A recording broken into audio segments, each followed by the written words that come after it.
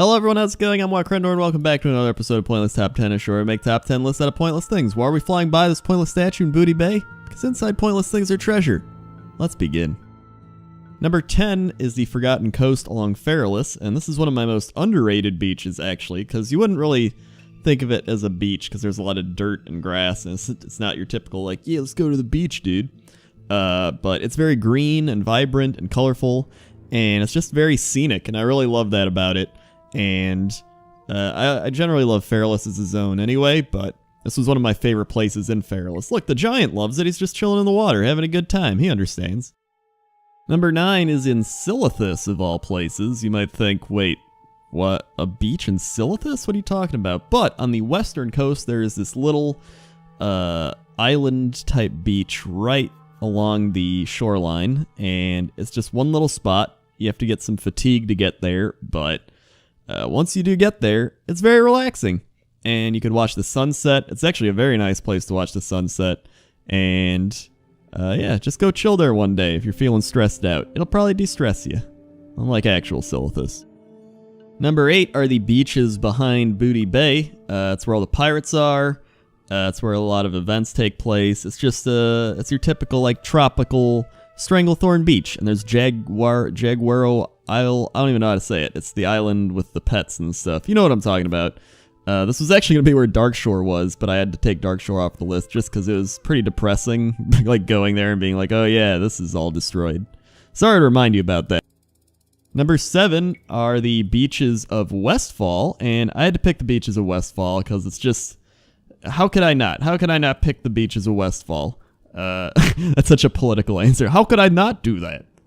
Without giving any actual explanation. Most of the show isn't about explanation anyway. Look at that. There's Murlocs. There's a lighthouse. There's a little sand crab guy that scuttles around. You know, it's a very relaxing place to be. You got Captain Grayson, the ghost pirate. He's hundreds of years old, if not thousands. He's got a bunch of stories he could tell you. He's looking for friends. He's alone on this island. Just go be his friend.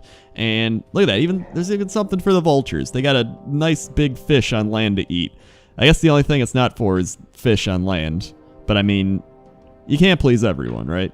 Right! Number 6 are the beaches of the Echo Isles and Senjin Village, and these are beaches that most Horde players do experience at some point, and I'd probably favor the Senjin Village beach a little bit more. I think it has more character. It hasn't been damaged by the Cataclysm, and it's got cool troll architecture and the boats, and I just think it's cooler, so that's number 6. Number 5 is the Land's End Beach at Southern Tanaris, and it's where the land ends. It's what you thought. But it's a pretty cool place. I like all the beaches of Tanaris. There's the eastern part where I used to farm these turtles for money back in Vanilla WoW when I was just as bad at the game. But for some reason, this part reminded me of Nickelodeon, the slime from Nickelodeon. And that's all I can think about when I look at it now, so maybe I've scarred you as well. Number 4 is the Forgotten Shore, and I did not do that for rhyming purposes. It just worked out that way. The Forgotten Shore is the beach here that I picked in Dragonblight because this is where Arthas pretty much started going crazy. He went here to chase down Mal'Ganis, and they were like, Arthas, you gotta come back, dude. Come back to Lordaeron. And he was like, no. And so he hired a bunch of mercenaries. He destroyed his own ship so they couldn't go back, and then he blamed the mercenaries, and then they killed the mercenaries, even though it's technically true what he said, but this is pretty much where Arthas started going crazy, so some cool history here. Number 3 is the beaches of the Borean Tundra. Well, a few of the beaches of the Borean Tundra. And I never thought I'd be putting a Borean Tundra thing on this list, but I am because they just have this cool misty fog when you're on a few of the beaches with the Cavaldir or whatever they're called. And it's really neat. It's a really atmospheric touch that the Blizzard dev team put in there. I don't know many other places in WoW that do this. I'm sure there's a few now, but I like it. Number 2 is the Turtle Beach of the Krassorong Wilds, and I never even knew about this beach up until I asked Twitter about beaches, and everyone was like, the Turtle Beach, and I was like, what? So apparently, every Sunday night, there's a bunch of fireworks, there's Lorewalker Cho, just a bunch of people and a bunch of turtles, and they're celebrating the turtles, hence why there's a panda and a turtle.